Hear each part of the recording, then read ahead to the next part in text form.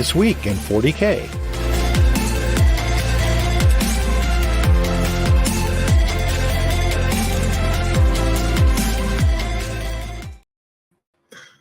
Welcome to This Week in 40K, your 1 hour stop with nothing but positivity, well, mostly positivity, to tell you what you've missed about competitive 40K over the last week and fill you in. I'm Colin, and with me, as always, is Billy. How you doing, Billy? I'm doing well. Yourself? You know, I'm all right.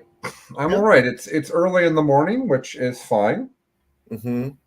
You have what appears to be a white wine glass going? Yes. Very fancy with my water this morning. Water. It turns out when you have a lot of kids, sometimes all of the good glasses are gone. That's just a thing. I'm a little over 2 weeks away from my first exposure to that, and at some point you and I are going to have to discuss what we're doing with the show during the first few weeks of my daughter's life, because my guess is my availability is going to go down, but that's news for another time. Yeah. I would also point out that your child will not be stealing glasses for many years. I don't know. She's been very advanced for her age all the way through the pregnancy. Okay, weird. Let's move on to our top story. Hold on. Indeed. I have to click the button. Here we go. Our top story. What's our top story, Billy? Our top story is that 10th edition is coming, and it's coming a lot faster in terms of them telling us what's going to be in 10th edition than I would have personally guessed. We have the way new profiles work. We have the way army building is going to work.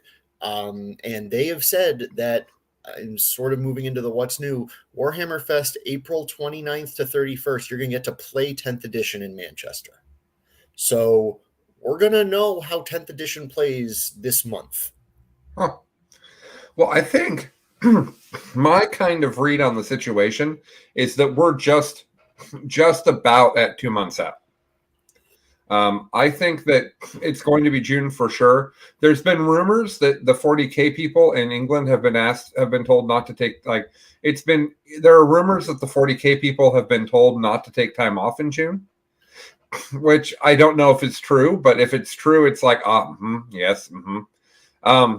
June is a big time for them. They often bring things out in June. I think that's when we're going to see it, and I wouldn't be surprised if it's early in June. 10th-ish. The June 10th for 10th edition would be kind of fun. I think that's what's going on. I think we're really getting down to it now, and that's really going to be extremely exciting. As I've talked about before, I love myself some new rules. So, what should we? What's kind of new information from this week? Are we just jumping directly into the what's new segment, or do I have to parse it out one to the other? Okay, hold on then. Yeah. What's new?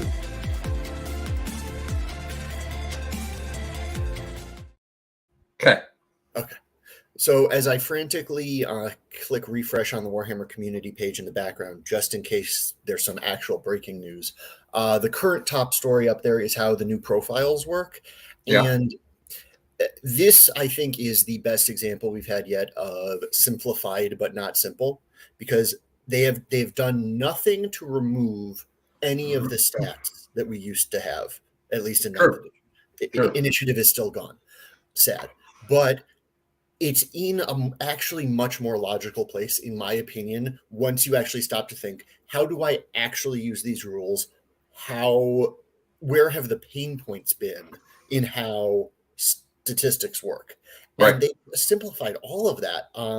Moving weapon skill, ballistic skill, and strength to the weapon that you're using solves so many problems. The amount of people who can't do the, please ignore my dear Aunt Sally order of operations in terms of modifying strength is most people.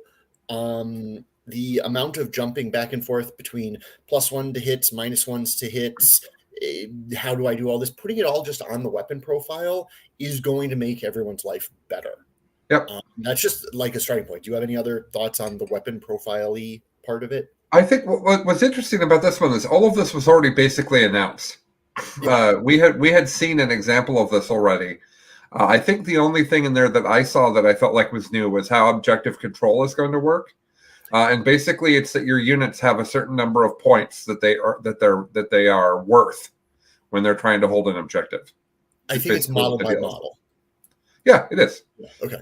Yeah, so like Primaris Marines might have a 2 and Guardsmen might have a 1. And that means that it takes 2 Guardsmen to equal 1 Primaris Marine on an objective. Mm-hmm. And I think that's great. And they have said that the troops are going to have higher values than other things, you know, that's going to be part of it. And I love the mechanic of here is a reason to take troops because of what they do on the table and not a requirement to take troops to play the game.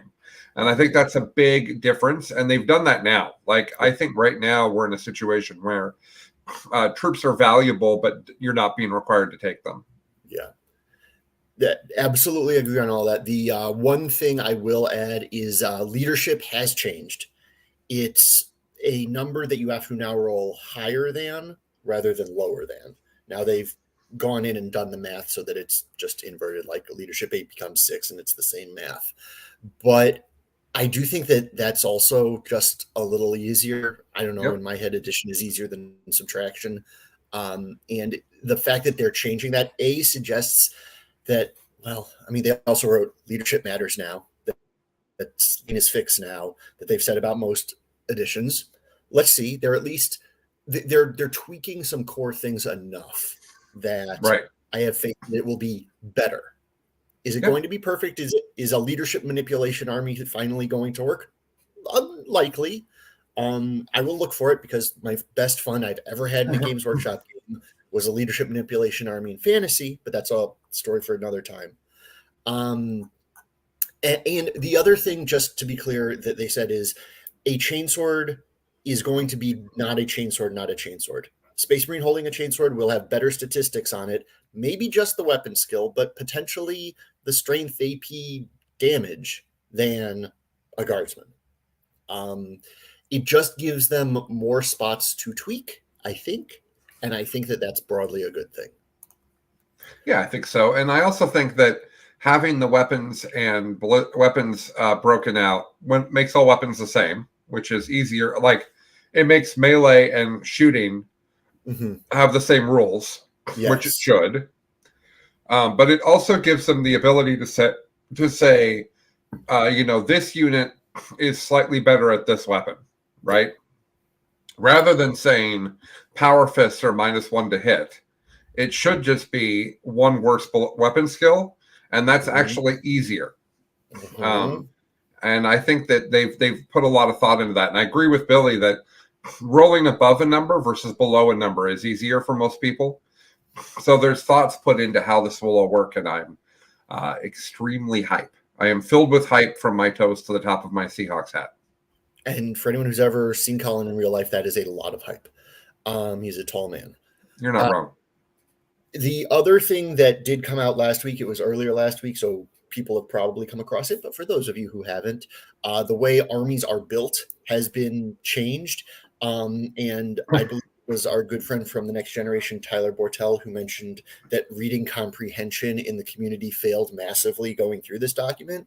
I just know a lot of people who specifically with the Primarch level heroes just couldn't read that sentence correctly. But basically, it looks like the way they did the picture on it is probably someone said the buttons you push in the app to do it. So you select a battle size, start your army roster, choose a faction, select detachment rules, which is, I think, the meatiest part. Select units, promote your warlord.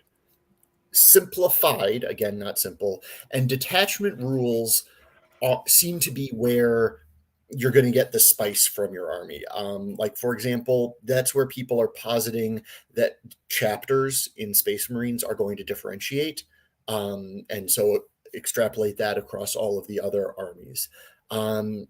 If you look at the World Eaters book, and as someone said, that was a 10th edition book that was brought kicking and screaming back into 9th.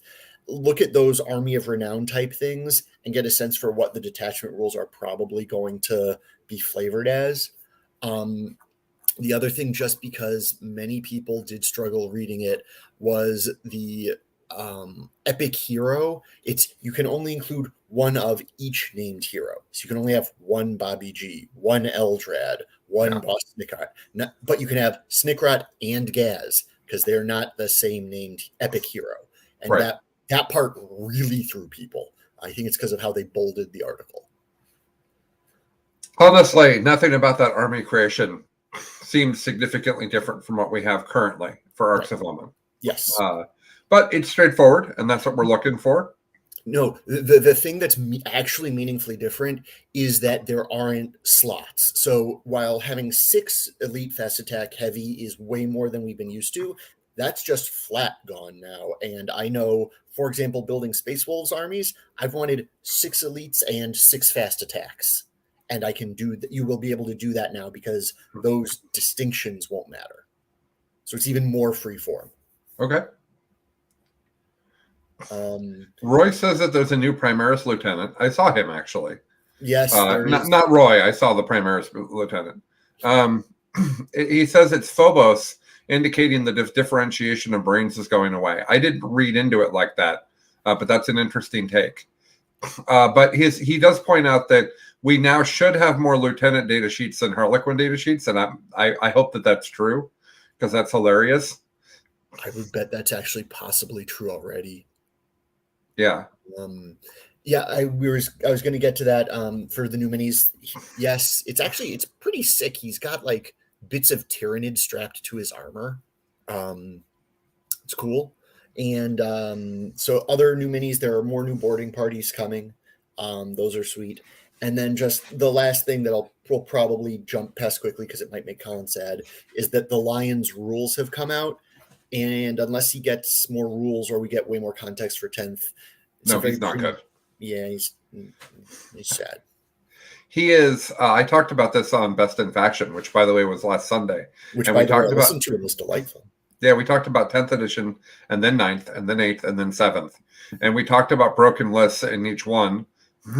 If you're finally wanting to hear why 7th isn't the best edition, despite what some people on the internet say, we do absolutely go into that. But one of the things I talked about on there is the problem with the Lion is not that his rules are bad. The problem with the Lion is that his rules are significantly worse than Bobby G, and I have heard that he's more points than Bobby G. Yeah. And that combination isn't good. That's the issue. I'm also deeply bothered that his Emperor Shield just puts some mortals back, a couple mortals a turn out onto people, maybe none, because it's like 6s on a save, and the bro isn't going to have like, hopefully he's not going to be taking like 20 saves, but even if he does, it limits it to 3 mortals. It's just not good when you compare to the durability of Bobby G. So I was pretty bummed about that. He is an amazing model. Yeah. The Lion is. And I would presume that he will get a new data sheet here in a couple months. So I'm not going to resist purchasing or painting him. I have strong feelings about that model. I think it's really cool. Yeah, I might do the same, and I've never played Dark Angels in my life, nor do I plan ever on doing it, but he might be my pretend Russ for a few days. Really quickly, just if you could go in again, because you said it, but you didn't explain it, why he's worse than Bobby G. Because he's punchier, but he's not buffier. And he's punchier because he's got more attacks and a sweep. Yeah. But his individual attacks aren't as impressive. Okay. My bigger issue with the comparison there is that Bobby G is simply more durable, and that matters a lot. And Bobby G's auras are better, which matters a lot. Bobby G gives +1 to advance and charge as an aura. Incredible, useful in many armies. He simply doesn't have that. He's got reroll charges out of Deep Strike. That's not a good rule. You're even with a reroll on a 9, you're still at 42%. I think it's a 9 on a reroll. Like, it's not good. I don't remember the exact math. It might be that a 9 is 42%, 55%. Still, yeah. I'm not going to count on him doing something where he's going to do it 50% of the time. They just kind of botched his rules, is really what it is. But he'll get new rules soon. Yeah, and his model will always be freaking sweet. Right. So yeah, that's what's new. Anticipate a lot more what's new every week leading up to at least the 29th. At which point the next week, I won't have gotten any sleep and am unlikely to be here, but someone will tell you everything you need to know about 10th. Yes, true. And then, like we talked about, we'll probably take the last couple weeks of 9th off to kind of just refresh and get ready to talk 10th. The tournaments are going to become less and less interesting over the next 2 months. Yeah. We'll get to a point where there's nothing actually meaningful to talk about from 9th. They did indicate, maybe indicates the wrong. They kind of told us that we're going to get another data sheet soon. Data slate, yeah. Apparently, they said it, and they said shortly after Adepticon, around Easter. Oh, that's like now. Yeah. So again, another reason I've been frantically uploading or reloading the Warhammer community page.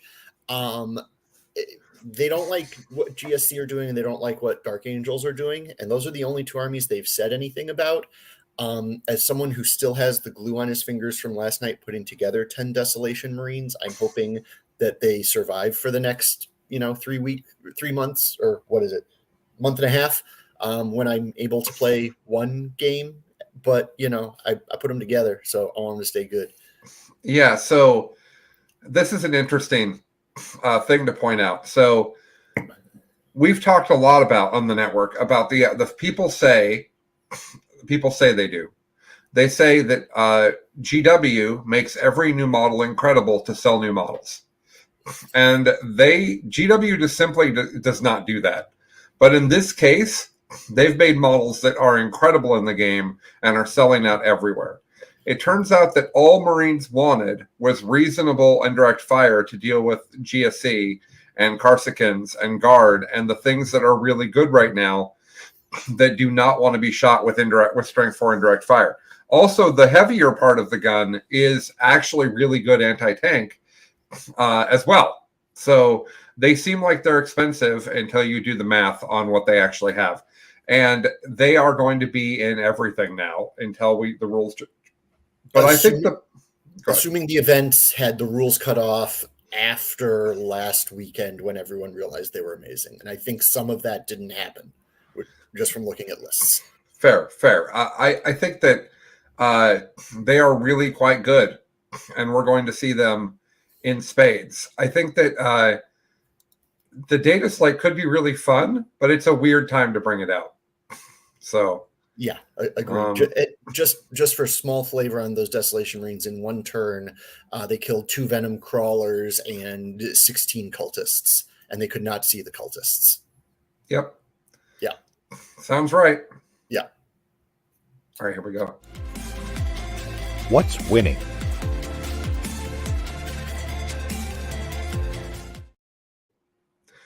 GSC, Guard, Demons, Iron Hands, Imperial, GSC, Guard, Dark Angels, Iron Hands, Demons. Guys, thanks. It's been a great week. This is Billy, and no, I'm kidding. We are definitely setting into the pre-10th rut. The things that are good are good. The things that are bad are bad. There's some variety in the list for this week that I'm excited about, especially the Guard list that did well. But in general, the things that are good, and the things that are bad is definitely where we're at. I'm super hyped to see a data slate that will last us a couple months. That'll be really interesting. I guess data slates usually only last 3 months, so maybe it's not that weird. Yeah. Okay, we're going to talk about the Fireburg Open in 2023 in Ettingen, Germany. 155 people, 6 rounds. This is the biggest event of the weekend, and it was won by Manuel Wegzarek, I think. And Bell is in parentheses, so maybe his name is Bell. And he won with Guard. But his Guard list is, in fact, different from Guard lists we've talked about. So let's go through it. He is rocking the Born Soldiers, as you'd expect. Oh, no, he's not. He's doing Armored Superiority and Swift as the Wind. I misread. Apologies. So he's jumping out of transports and such. He's doing neat stuff. So He's got a Cadian command squad with the banner. He's got a Death Corps Marshal, and then Lord Leontis, Lord Solar. Those are normal. He's got 2 units of combat engineers. That's new. A unit of Karsakins, Sly Marbo, and then he's got 9 3x3 armored sentinels and 3x3 scout sentinels. So he's got that banner and just 1 million sentinels, and I think that's actually great. If you look through the points for a sentinel, it's good shooting for its points and it's good durability for its points. And when those 2 things are true, you can spam the thing and it's okay. And I think that this is spammed. It is, let's see, it is 15 heavy plasma cannons that are ignoring hit mods. And then the last one just has missile launchers. Maybe that's to give a little variety for hordes. Then 2x3 mortars, more bulk of shooting, and 2 Russes, and then a Chimera. So really interesting list. I thought when the book came out, Billy, that Sentinels were going to be the way. I thought people were going to play this 18 Sentinels. It's a horrifying amount of shooting. I'm fascinated by it. I hope they show up on the moon of Endor because Sentinels are ATSTs. And yeah, that's great. Good talk. That's fun. I like anything that's innovating, and this is innovating, but like clearly with intent behind it, not just snowflaking to be a snowflake. But right.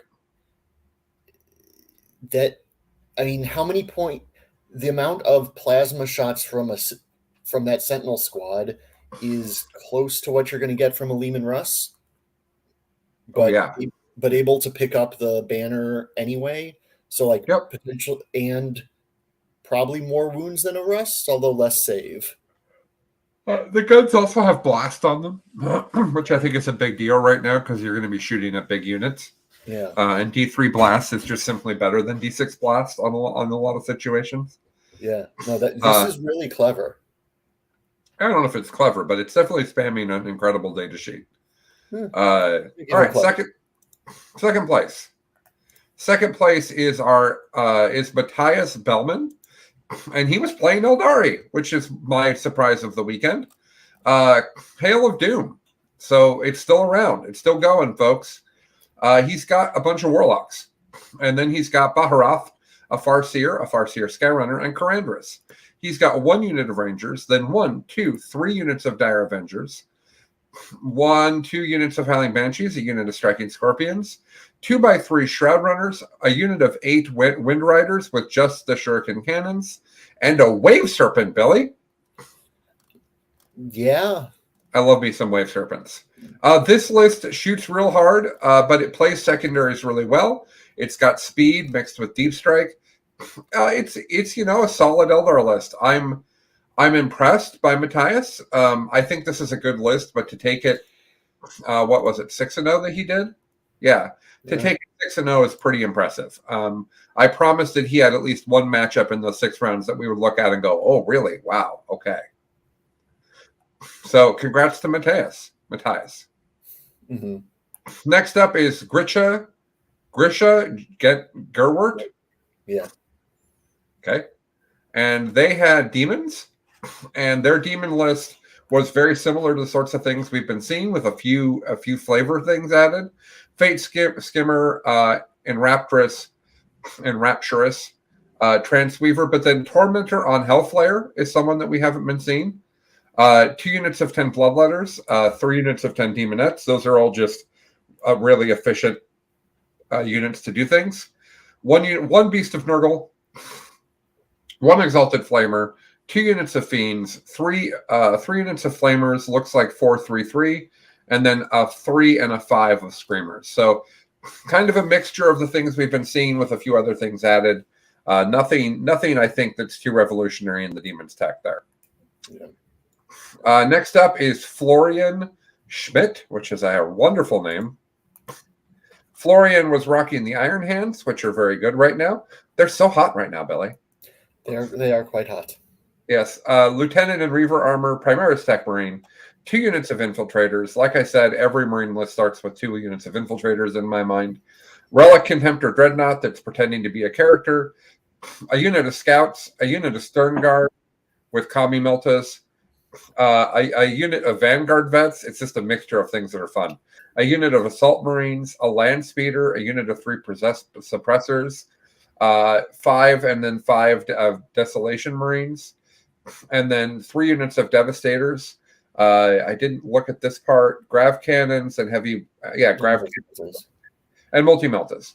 Yeah, Grav 3 and 1 grav and multi-melta. It's the right right split. squad, and then eliminator squad and a land speeder storm for the scouts. This is just a bunch of different neat things. Like, here's a bunch of neat things I put in an Iron Hands army. Now I'm going to shoot you off the table. That's what's happening here. And the thing that was interesting to me about this is when you said Eldar finished second, I was like, oh, this must have been before everyone started putting Desolation Marines in their list. Nope, 2 Desolation Marine units in here. I am unclear as to how those Eldar, specifically those Dire Avengers, stay on the board. They must be outflanked. But I do think the fact that Eldar can exist and succeed in a world where Desolation Marines are on the table is a good thing to be aware of. Whether that is idiosyncratic or true, it's possible at the very least. Right. All right. Let's take a trip down under to the Down Under 40K Major in Meadowy, Australia, 98 players, 6 rounds. It is important to note that Australia does its own thing. Lists in Australia are really interesting to get and tweak and try, but in general, what wins there tends to be quite different than what we see everywhere else. Mm-hmm. So I thought I would mention that. That said, they are amazing. They won the WTC. Like, Australia's great at 40K. It's just that their lists tend to be very different from what we're expecting, and that is certainly the case here with Eric Lathuris winning the event. One of the potentially best 40K players on the planet. He played Rusted Claw.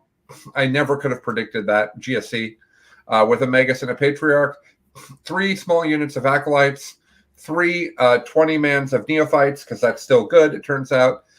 Kellamorph Nexus, a unit of Pure Strains, a Saboteur, a Sanctus, and 2 units of 5 bikes.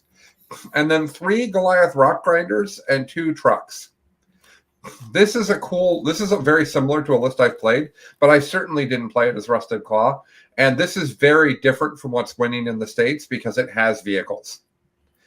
It has rock grinders. It has trucks. Nobody's really rocking those, and certainly nobody's playing Rusted Claw. So impressive, Eric Lathuris. Good job on your win. For those of us who aren't members of the Hive Mind, what does Rusted Claw do? To be perfectly honest, I don't remember. Okay. Yeah. I should look at that stuff before we start, and I always make a note of, I need to look up Rusted Claw, and then I forget to do it. So let me see if it's sorry, everybody. What's that? I will try to find out that information while you talk about the next army. Okay, next up is Will Milton, and they rocked Dark Angels. Unga Bunga Marines is the name of the army, which I enjoy.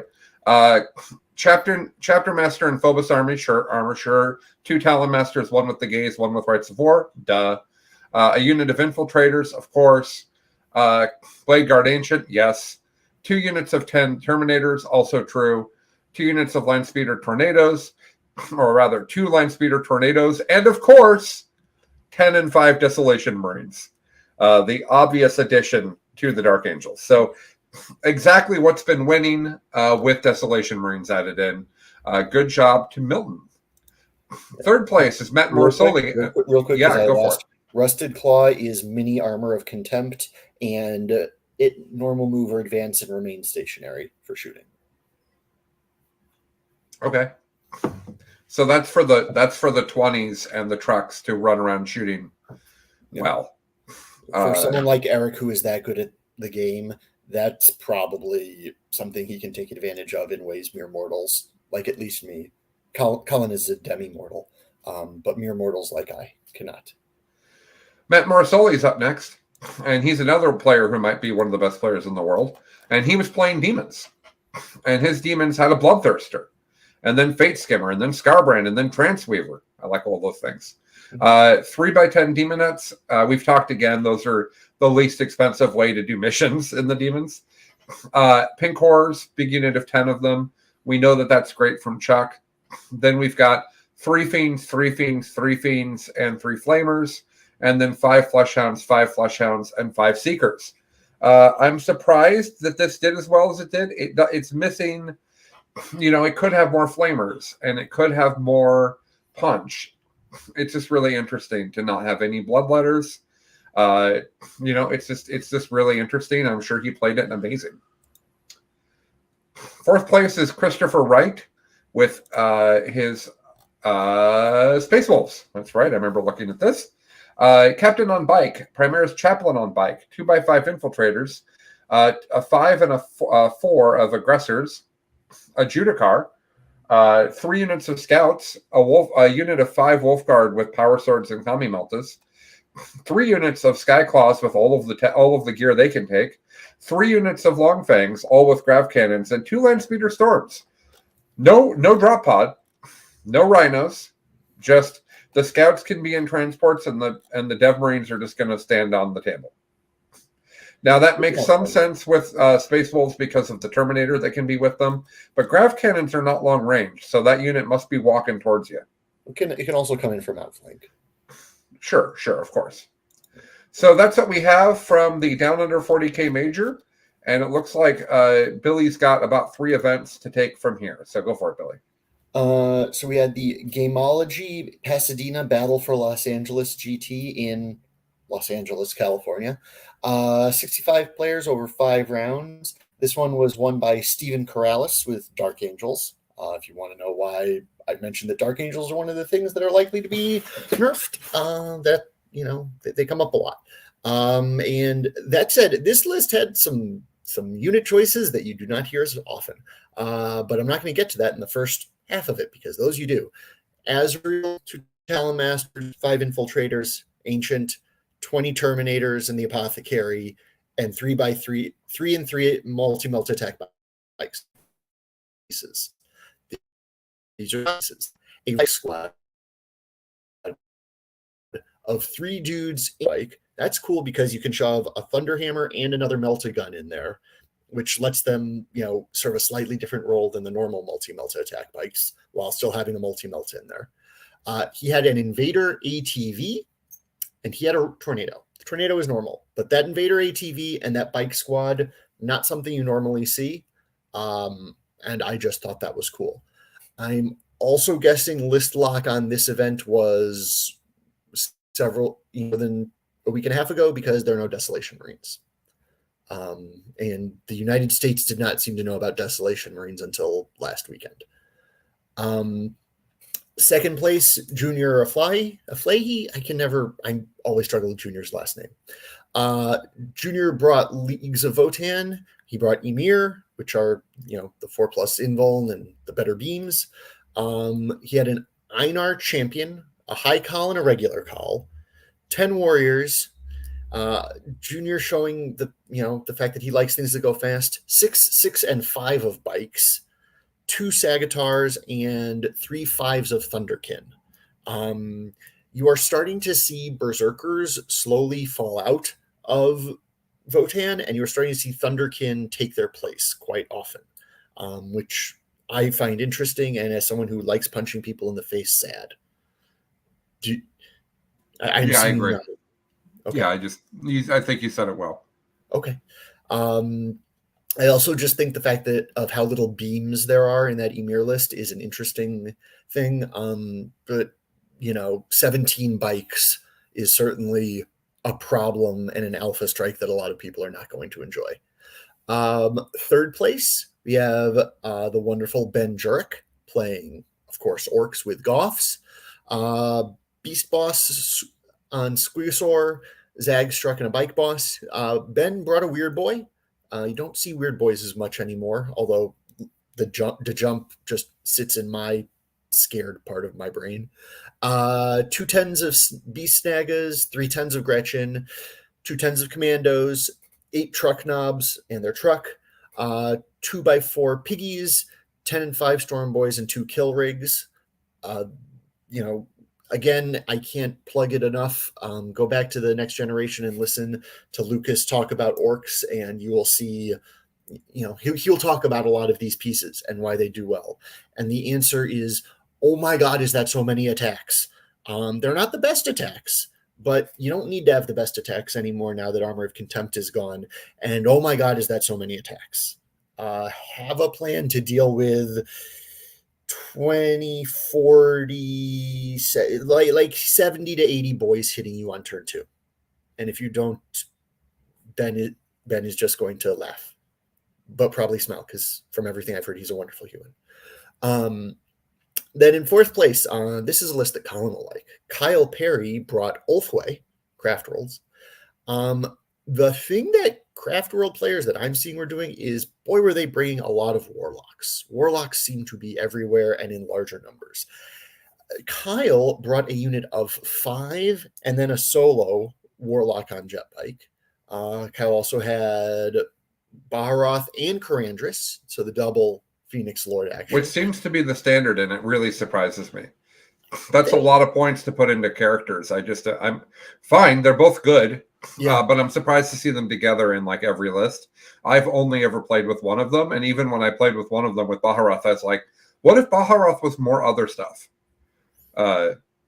So yeah.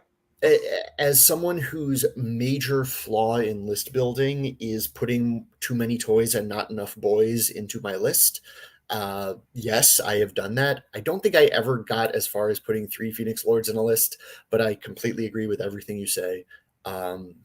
They're both really good, and Flappy is a great mission playing tool. And the fact that Karandris can infiltrate makes him not a horrible mission playing tool either, on top of, all of the various things. That said, Eldrad as well, 1 Farseer on Bike, 3 5s of Rangers, 5 Scorpions, 2 3s of Shrouds, 2 solo Vipers, 9 Cannon Bikes, 3 D Cannons, and 2 solo Shadow Weavers. Now, Colin, how closely were you listening? Which unit is normally in a list that we did not hear there? D-Cannons? No, yeah, D-Cannons. I won't play this game too long because that's a really annoying thing for me to do. He had no Banshees, which just really I find very interesting. They are amazing for their points. They are, and boy, being on the other side of that much fights last is just unpleasant. But, that's what Kyle brought. The Shadow Weavers are interesting to see back in the mix. Given GSC and Guard, it's not a terrible tool, and Ulthwé can mitigate a lot of the problems. I think they're 48-inch. I was just trying to remember that, but I think they're 48-inch, which is a really big deal because it means that you can kill some Karsakins. But the problem with that is that Karsakins can transhuman and hang out in cover. So it's going to be rough. But you certainly could kill some of them, I'm sure. Yeah. And even taking 2 or 3 out of them is going to limit. They're only going to kill 2 units when they deep strike as opposed to 3, maybe. Oh, now you're making me sad. Continue on. No one wants a sad Colin. Then, next event, the Fool's Errand 2023. 56 players, 5 rounds, and the place that I copied this from didn't tell me where it is, so give me 1 second. I'll tell you where the Fool's Errand took place. In Calgary, Alberta. So up north. This one was won by Ozzy Meloche. I'm going to assume it's that and not Meloke, but Ozzy. Brought Nids. Ozzy brought Gorgon Nids. And I'm going to lean on your hive-mindiness here. Extra smashy, extra durable. That makes sense given what was brought. 3 Tyrant Guard, 2 Walking Hive Tyrants, with bunches of fun guns, Neuro and a Tyranid Prime, 2 15s of Hormagaunts, which to your point of smashy, do they get extra smashy in Gorgon? I don't think so. Okay, because I know there is one Hive fleet that makes Hormagaunts actually legit scary when they.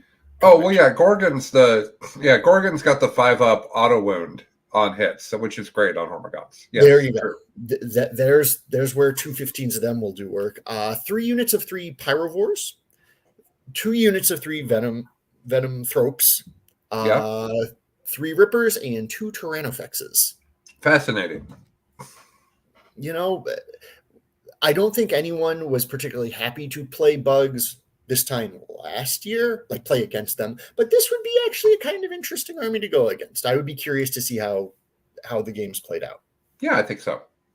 Second place, we have Gord Wepler. Gord, your parents just did you a favor. That is a fun name. Gord brought Craft World Hail of Doom.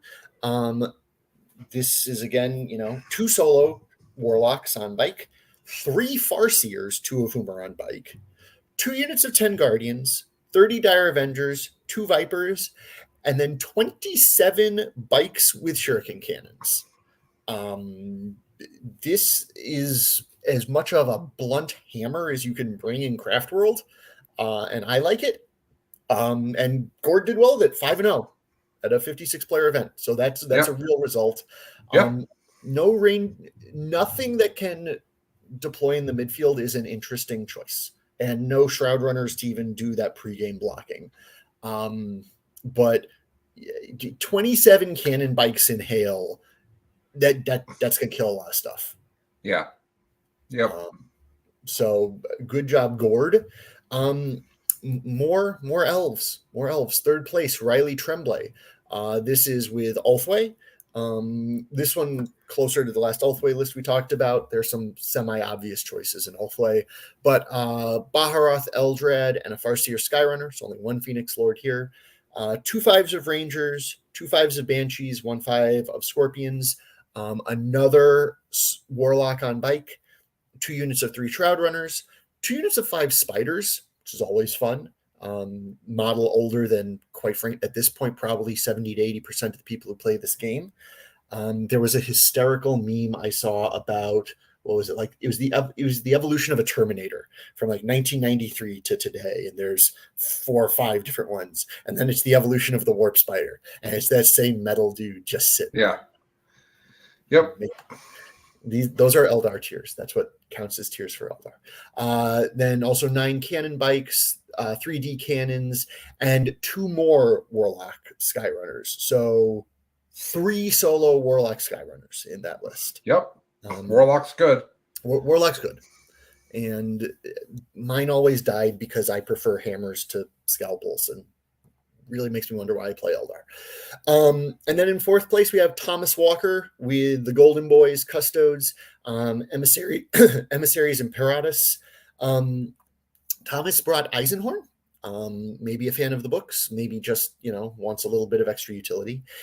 Then brought Bike Captain and Trajan, because those are the HQs you bring at this point, apparently.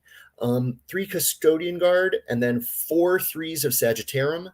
1 Achilles Dreadnought, 2 Multi-Melter Contemptor Dreadnoughts, a Vexillus, and a Caladius. So slower, more vehicle-heavy Custodes in this one. No bikes, no Venatari. But, the Golden Boys march across the field and do everything on rerollable 2s, and then save on 4s. Custode's still good. Yeah, it's still a thing.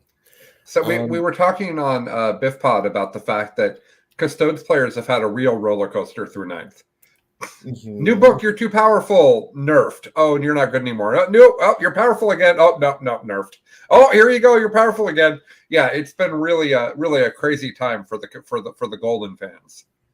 Well, I mean, Custodes they're not quite all the way to Knights of, having 5 to 8 models on the board, but they're sort of there, and that just makes it hard to find the exact tipping point for them. Like, they're rarely good.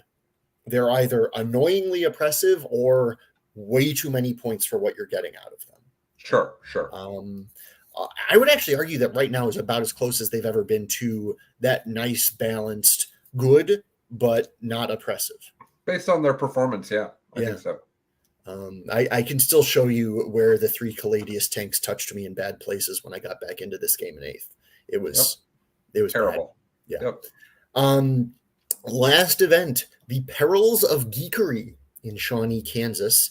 40 players, 5 rounds, but at least 1 name, 2 names that are worth talking about when they do things. First one being Dan Salmons with his Iron Hands, who won the event.